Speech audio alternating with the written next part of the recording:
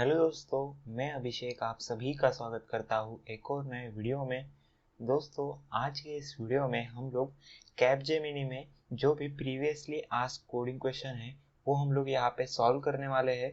तो दोस्तों, अभी तक आपने हमारे चैनल को सब्सक्राइब नहीं किया होगा तो जल्दी से सब्सक्राइब कर लेना, क्योंकि हम लोग ऐसे ही बढ़िया बढ़िया वीडियोस लाते रहते हैं। अब दोस्तों, बिना वक्त गवाए चलिए स्टार्ट करते हैं आज के वीडियो को। तो दोस्तों, यहाँ पे अगर देखो तो सबसे पहली बात, यहाँ पे हमें प्रॉब्लम स्टेटमेंट क्या गिवन है। देखो, Capgemini in its online written test have coding question. ठीक है, कैपजेमिनी का एक कोडिंग राउंड है, वहाँ पे कोडिंग क्वेश्चन है। ठीक है, ये स्टोरी टाइप बनाया है where in the students are given the string with multiple characters. ठीक है, स्टूडेंट को क्या दिया है, स्ट्रिंग दिए है विथ मल्टीपल कैरेक्टर्स। ठीक है, हमें क्या करना है, दैट आर रिपीटेड। ठीक है, वो जो कैरेक्टर्स है वो रिपीटेड है। हमें क्या करना है, you are suppose to reduce the size of string using mathematical logic. ठीक है, हमें मैथ्स का लॉजिक लगाकर उसकी साइज रिड्यूस करनी है। लॉजिक क्या है वो हमें इनपुट टेस्ट केस देख के समझ में आ जाएगा। तो यहाँ पे देखो, इनपुट में हमें क्या क्या गिवन है। देखो, A B B B 4 times है, फिर ई भी 4 टाइम है, एफ 2 टाइम है और जी 3 टाइम्स है। तो दोस्तों, इसे रिड्यूस कैसे किया है। देखो, ए 2 टाइम्स रिपीट हुआ है तो हमने क्या किया है, A2 लिखा है। B 4 टाइम्स हुआ है तो हमने B4 लिखा है। E 4 टाइम्स हुआ है तो हमने E4 लिखा है। F 2 टाइम्स हुआ है तो हमने F2 लिखा है और G 3 टाइम्स हुआ है तो हमने G3 लिखा है। दोस्तों, यहाँ पे अगर देखो तो यही हमारा आउटपुट है। तो ये हमने लॉजिक लगाया है। अब सेकेंड टेस्ट केस की मैं बात करूँ तो देखो, यहाँ पे क्या है, A B B और 5 C है, 1 2 3 4 5। तो दोस्तों, इसका आउटपुट क्या दिया है। देखो, A B2 C5। अब देखो, A हमारा सिर्फ 1 टाइम रिपीट हुआ है तो हमने इस तरह से नहीं लिखा, A1 नहीं लिखा है यहाँ पे। तो सिर्फ हमें वो चीज का ध्यान रखना है और ये क्वेश्चन को सॉल्व करना है। इजीली ये क्वेश्चन सॉल्व हो जाएगा। अब देखो, यहाँ पे हम लोग कर क्या रहे हैं, तो एक्चुअली ये जो 2 4 मैंने लिखा है ये क्या है, ये फ्रीक्वेंसी है, वो कैरेक्टर की फ्रीक्वेंसी। तो दोस्तों, मैं क्या करने वाला हूँ, यहाँ पे देखो, हम लोग क्या करेंगे, एक मैप बनाएंगे। मैप हमारा किस तरह से होगा, कैरेक्टर और इंटीजर का मैप होगा।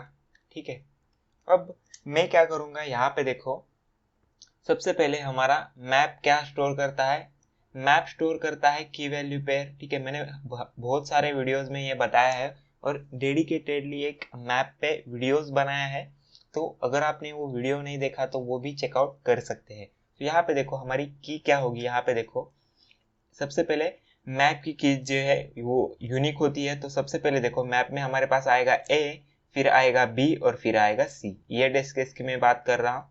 तो देखो, ए के एसोसिएटेड वैल्यू क्या हमारी मिलेगी 1, बी के एसोसिएटेड वैल्यू मिलेगी 2 और सी के एसोसिएटेड वैल्यू मिलेगी 5। ठीक है, तो हमें सिर्फ यही प्रिंट करना है। सबसे पहले हम लोग चेक करेंगे कि हमारी जो फ्रीक्वेंसी है वो अगर नॉट इक्वल टू 1 है तभी हमें फ्रीक्वेंसी प्रिंट करनी है। अगर इक्वल टू 1 है तब हम लोग फ्रीक्वेंसी प्रिंट नहीं करते। तो सबसे पहले हम लोग क्या करेंगे, इसे प्रिंट करेंगे की को, फिर फ्रीक्वेंसी 1 है तो 1 को प्रिंट नहीं करेंगे, आगे बढ़ेंगे, बी को प्रिंट करेंगे, बी की फ्रीक्वेंसी 1 नहीं है तो इसे प्रिंट कर देंगे, सी की फ्रीक्वेंसी भी 1 नहीं है तो उसे भी प्रिंट कर देंगे। तो फाइनली हमारा ये आउटपुट बन जाएगा। दोस्तों, इस तरह से सिंपल लॉजिक लगा के हमें इसे सॉल्व करना है मैप की मदद से। ठीक है, आप लोग यहाँ पे फ्रीक्वेंसी एरे भी बना सकते हैं। ठीक है, फ्रीक्वेंसी एरे बना सकते हैं 26 साइज का, तो उससे भी काम चल जाएगा।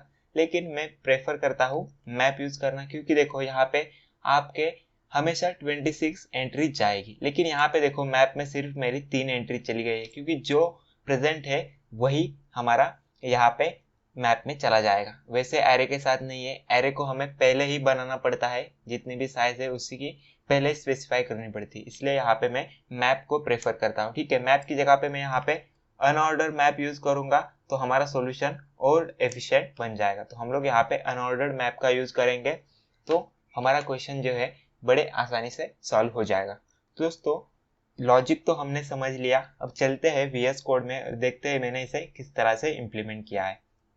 तो देखो, हमें क्वेश्चन में बोला था कि n साइज की स्ट्रिंग होगी और हमें उसे इनपुट लेना था। तो देखो, n साइज, हमने n को पहले इनपुट लिया है और फिर स्ट्रिंग को इनपुट लिया है और उसी स्ट्रिंग को मैंने सॉल्व वाले फंक्शन को पास किया है। अब जो मेरा मेन लॉजिक है वो सिर्फ यहाँ पे इतना सा ही है। तो देखो सबसे पहली बात मैंने बोला था कि हम लोग यहाँ पे क्या करेंगे, की वैल्यू पेयर स्टोर करने के लिए हम लोग मैप यूज कर सकते हैं। अगर आपको और एफिशिएंट सॉल्यूशन चाहिए तो हम लोग यहाँ पे अनऑर्डर्ड मैप का भी यूज कर सकते हैं। ठीक है, फर्क क्या है वो भी मैंने वीडियो में समझा दिया है। यहाँ पे मैं आपको वो समझाते बैठ गया तो वीडियो बहुत सारी लंबी हो जाएगी। तो यहाँ पे देखो अनऑर्डर्ड मैप यूज किया है और ये फॉर लूप की मदद से मैंने हर एक एलिमेंट की फ्रीक्वेंसी काउंट की है। ठीक है, अब दोस्तों सिंपली मैं फ्रीक्वेंसी यहाँ प्रिंट भी कर सकता था, लेकिन वहां पे अगर कोई कॉर्नर केसेस होते हैं, यानी मान लो अगर जेड जेड जेड पहले आ जाता तो हमें सबसे पहले जेड को प्रिंट करना पड़ता। लेकिन अगर सिंपली मैं वहां पे मैप यूज करता तो मेरा मैप क्या करता है, हमेशा की सॉर्टेड ऑर्डर में स्टोर करता है, तो सबसे पहले ए प्रिंट हो जाता। तो उसको हमने एफिशिएंटली, ठीक है, हैंडल करने के लिए मैंने यहाँ पे इसका यूज किया है। हम लोग क्या करेंगे, हम लोग देखो इंट i इक्वल टू 0 से हम लोग स्ट्रिंग में ट्रैवर्स करेंगे। स्ट्रिंग में ट्रैवर्स करने के बाद हम लोग क्या करेंगे, उसकी फ्रीक्वेंसी फाइंड करेंगे। किस तरह से फाइंड करेंगे, तो दोस्तों mp हमारे मैप का नाम है। डॉट फाइंड फंक्शन क्या करता है, इटरेटर रिटर्न करता है वहां पे जहां पे हमारी फ्रीक्वेंसी की और वैल्यू स्टोर होती है। ठीक है, अब देखो अगर वो की मैप में प्रेजेंट नहीं होगी तो वह mp डॉट एंड को पॉइंट करता है, लेकिन हमारे केस में वो हमेशा प्रेजेंट होगा, क्योंकि देखो दोस्तों हमने मैप जो बनाया है वो इन्हीं कैरेक्टर का बनाया है, तो वो हमेशा प्रेजेंट ही होगा। तो देखो सबसे पहले हम लोग क्या करते हैं, उसे फाइंड करते हैं वो कहाँ पे है, उसे प्रिंट करते हैं। देखो एस ऑफ आई को मैंने प्रिंट कर दिया, यानी देखो यहाँ पे क्या होगा, हमारा मैप इस तरह से बन गया होगा। देखो जैसे मैंने यहाँ पे निकाला है A1 B2 C5, तो सबसे पहले देखो मैंने A को प्रिंट किया है, सबसे पहले देखो हमारा यहाँ पे A प्रिंट हो जाएगा। फिर मैं चेक क्या करूंगा कि MP ऑफ SI, यानी हम लोग क्या चेक कर रहे हैं यहाँ पे हम लोग सिंपली फ्रीक्वेंसी चेक कर रहे हैं। अगर हमारी फ्रीक्वेंसी 1 से बड़ी है तो ही सिर्फ उसे प्रिंट कर रहे हैं, अगर नहीं है तो हम लोग प्रिंट नहीं करेंगे। देखो इस केस में हमारी A की फ्रीक्वेंसी प्रिंट नहीं हो जानी चाहिए, इसलिए मैंने ये यहाँ पे चेक लगाया है। और देखो इस तरह से जो है हमारा ये वाला वर्क करता है। अब दोस्तों आप लोग बोलोगे कि भाई तूने ये क्यों लगाया है, अब देखो सिंपल सी बात है, यहाँ पे हमारी सबसे पहले वाली स्ट्रिंग क्या थी, तो यहाँ पे देखो A B B और हमारे कितने सी थे, हमारे 5 सी थे। ठीक है, अब देखो दोस्तों अगर मुझे यहाँ पे डुप्लीकेट्स को हैंडल करना है, ठीक है, A के केस में हमारा जो है सिंपली आगे बढ़ जाएगा, लेकिन दोस्तों B के केस में हमारा जो है A B2 ये 2 टाइम प्रिंट हो जाता, तो मुझे वो प्रिंट नहीं करना, एक ही बार प्रिंट करना है। तो मैंने यहाँ पे क्या किया है, देखो जब तक हमारा एस ऑफ आई का character S of I plus 1 के बराबर है तब तक हम लोग सिंपली आई प्लस प्लस करेंगे, उस केस में हम लोग कुछ भी प्रिंट नहीं करेंगे। यानी सिंपली हम लोग क्या करेंगे, देखो यहाँ पे भी है यहाँ पे भी है, तो हम लोग सिर्फ एक बार प्रिंट करेंगे, बाकी टाइम हम लोग आगे बढ़ेंगे, दूसरी टाइम हमारा ये B2 जो है वो प्रिंट होगा नहीं।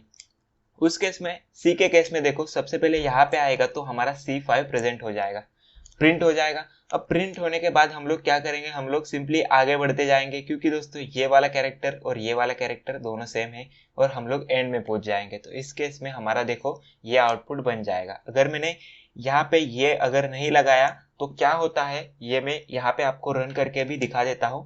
तो देखो सबसे पहले हम लोग क्या करते हैं, सिंपली इसे रन करके देखते हैं। इनपुट लेना है साइज, तो यहाँ पे मैं क्या डालता हूँ, जो हमारा यहाँ पे स्ट्रिंग है वही डालते हैं। चलो इसकी साइज क्या है, 8 साइज है, 8 साइज मैंने डाली। यहाँ पे हमें स्ट्रिंग एंटर करनी है, A B B और 5 C हमें एंटर करने हैं, तो यहाँ पे मैंने 5 C एंटर कर दिए। अब मैं इसे एंटर करूंगा तो देखो हमारा जो डिजायर्ड आउटपुट था वो हमें मिल गया। अब देखो जैसे मैंने बोला था कि अगर मैंने डुप्लीकेट्स को हैंडल नहीं किया तो क्या होता है, यहाँ पे देख लो। तो सिंपली मैंने देखो इसे कमेंट आउट कर दिया है और अभी मैं इसे रन करूंगा तो देखते हैं कि हमारा आउटपुट क्या आता है। तो देखो जैसे मैंने बोला था कि हमारा जो आउटपुट है वो रिपीटेडली आएगा, जो कि हमें बिल्कुल भी नहीं चाहिए, तो उसे हैंडल करने के लिए मैंने ये वाला व्हाइल लूप यहाँ पे लगा दिया है। तो काफी सिंपल सा कोड था, मेरे ख्याल से आप लोगों को समझ में आ गया होगा। यहाँ पे अगर आपको ये वाली टेस्ट केस भी रन करके देखनी है तो वो भी देखते हैं। तो यहाँ पे पहले साइज देखते हैं कितनी है, इसे अगर मैं एंटर करूंगा तो देखो हमें जो हमारा आउटपुट आया है वही हमें मिल चुका है। तो मेरे ख्याल से आप लोगों को समझ में आ गया होगा। यहाँ पे आप लोग देख सकते हैं, क्रॉस चेक भी कर सकते हैं, A2 B4 E4 F2 और G3 जो हमें एक्सपेक्टेड आउटपुट था वही हमें मिल चुका है। तो ये था प्रीवियस ईयर का फर्स्ट क्वेश्चन। हम लोग टोटल ये वाले वीडियो में 3 क्वेश्चंस कवर करने वाले हैं जो आपके कॉन्सेप्ट को बहुत ज़्यादा स्ट्रॉन्ग करेंगे। तो चलिए आगे बढ़ते हैं सेकेंड क्वेश्चन की तरफ। तो यहाँ पे देखो, you have write a function that accepts a string which length is len. ठीक है, हमें स्ट्रिंग होगी, एक स्ट्रिंग गिवन होगी, उसकी लेंथ कुछ दिए है, उससे हमें कुछ लेना देना नहीं है। यहाँ पे देखो हमारा क्वेश्चन एक्चुअली यहाँ से स्टार्ट होता है।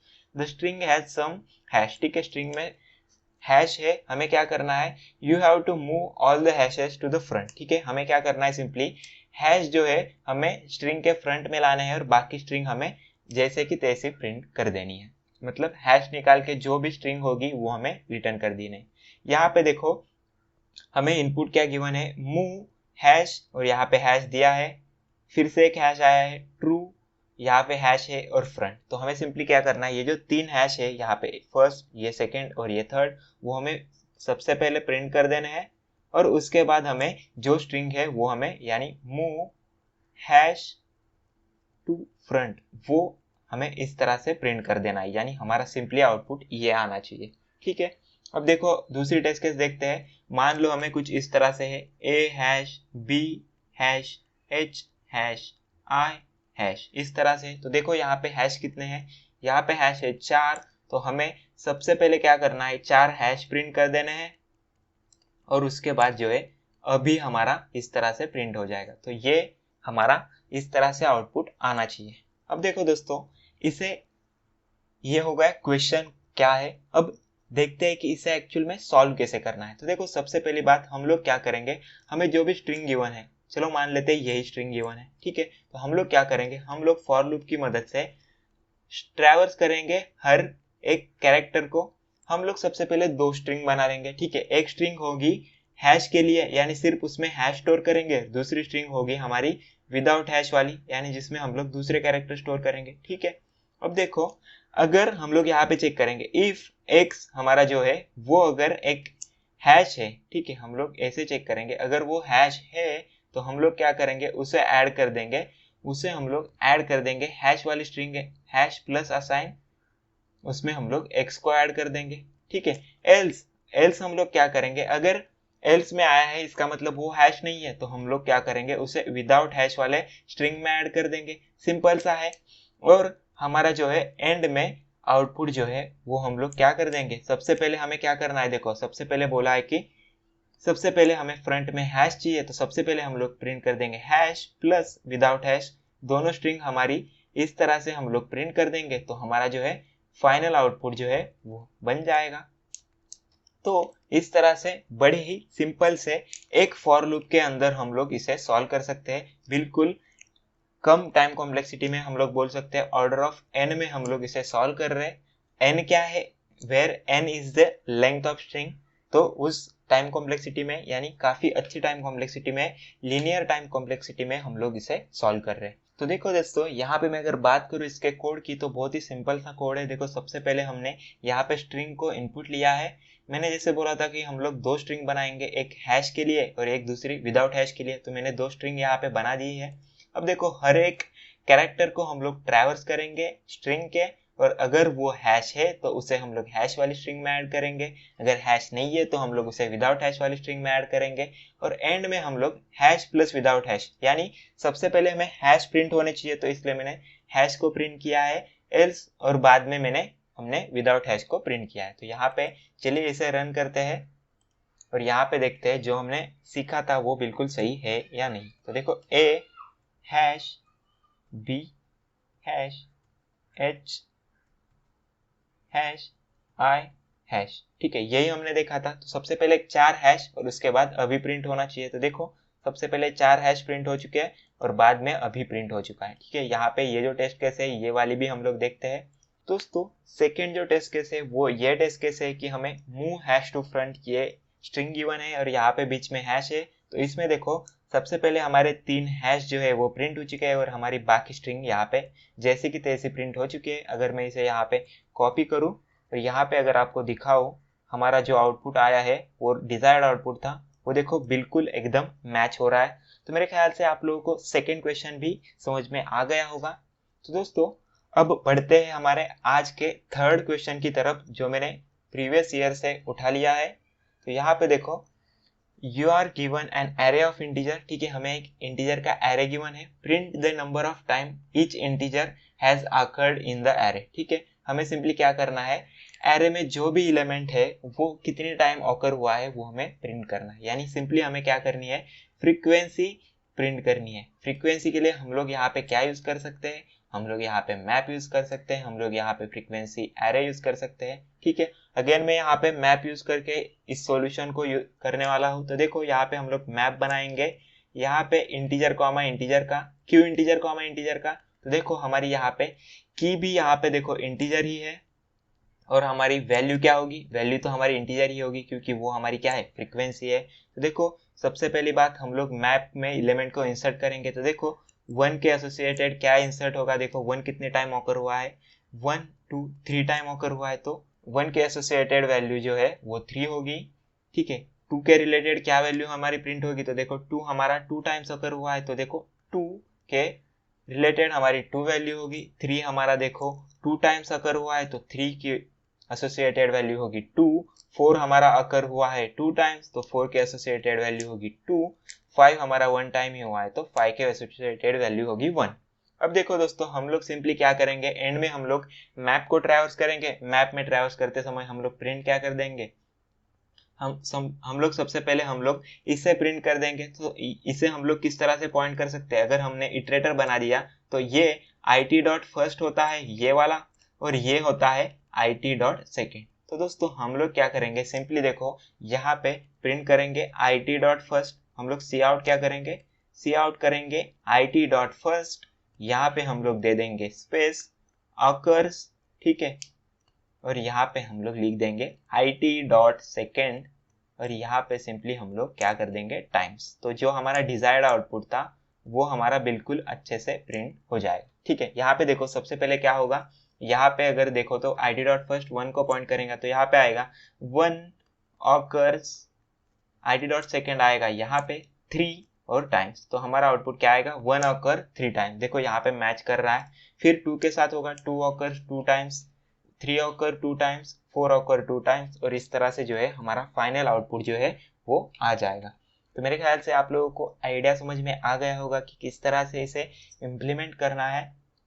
तो चलिए मैं VS कोड में इसका कोड भी आपको दिखा देता हूँ। तो देखो दोस्तों यहाँ पे मैं आ चुका हूँ VS कोड में, और यहाँ पे देखो जैसे मैंने बोला था वैसे सबसे पहले हमने क्या किया है कि हमें कितने इंटीजर का साइज, ठीक है, कितने इंटीजर इनपुट लेने हैं, यानी हमारे एरे का साइज कितना है वो सबसे पहले इनपुट लिया है।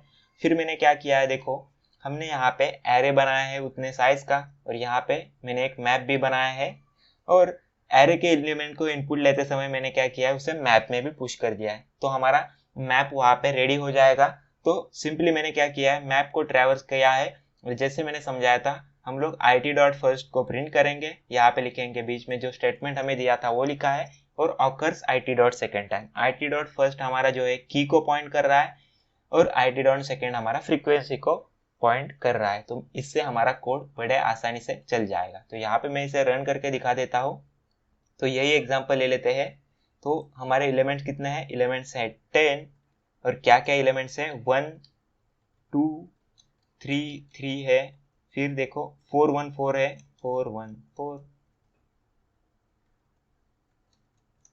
तो दोस्तों ये हमारी सैंपल टेस्ट केस है जो हमें गिवन है। तो इसे रन करके देखते हैं कि हमारा आउटपुट बिल्कुल सही आता है या नहीं। तो सिंपली मैं क्या करता हूँ, इसे यहाँ पे कर देता हूँ कॉपी, और लेके चलते हैं यहाँ पे, और यहाँ पे देखते हैं हमारा आउटपुट मैच हो रहा है या फिर नहीं। तो देखो 1 occurs 3 टाइम्स बिल्कुल सही है, 2 occur 2 टाइम्स, 3 occurs 2 टाइम्स, ठीक है, 4 occurs 2 टाइम्स, और 5 occur 1 टाइम, बिल्कुल सही मैच कर रहा है।